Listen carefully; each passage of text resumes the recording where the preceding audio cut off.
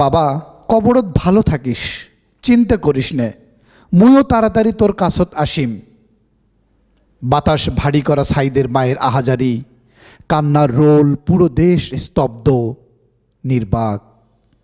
প্রতি রাতে ক্লান্ত শরীরে ঘরে ফেরা সাইদ মায়ের হাতের রান্না করা সবজি, ঠান্ডা ভাত, আহার শেষে অগোছালো বিছানায় শুয়ে হাজারো তরুণের কষ্টের কথা ভাবতে ভাবতে রাত কেটে দেয়া মহামানবটি আজ পৃথিবীতে নেই। হায়নার বুলেট নির্মোহভাবে বিদ্ধ করে বুকের পাঁজর, সহপাঠীদের হাজারো দিনের সহচর নিমিষেই স্মৃতি হয়ে যায়।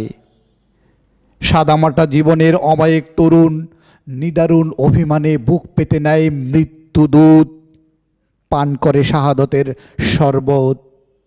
আহা প্রাণ, আহা প্রাণের চঞ্চলতা, ওষ্ঠাগত নিঃশ্বাসের তীব্র যাতনা, কোটি মানুষের হাহাকার, চোখের পানিতে নিভে যায় আলো।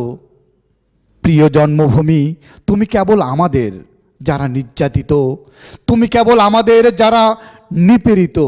তোমার বুকে আর কোনো কুলাঙ্গার দেখতে চাই না, তুমি সব কুলাঙ্গারদের তোমার মাটিতে মিশিয়ে দাও। তোমার আকাশে আর কোনো শকুন না উড়ুক, কাউয়াদের অবস্থান হোক গহীন গাঙে, নিপীড়িত মানুষের দুঃখগুলো পাথর হয়ে পড়ুক। পিষে যাক, মিশে যাক শহরের বাচ্চাগুলো। হে আমার প্রতিপালক, আমরা বিশ্বাসীদের দলে আছি, তুমি কি পারো না এক ঝাঁক আবাবিল নামিয়ে দিতে? তুমি কি এঁকে দিতে পারো না স্বৈরাচারের বুকে নরকের পদচিহ্ন?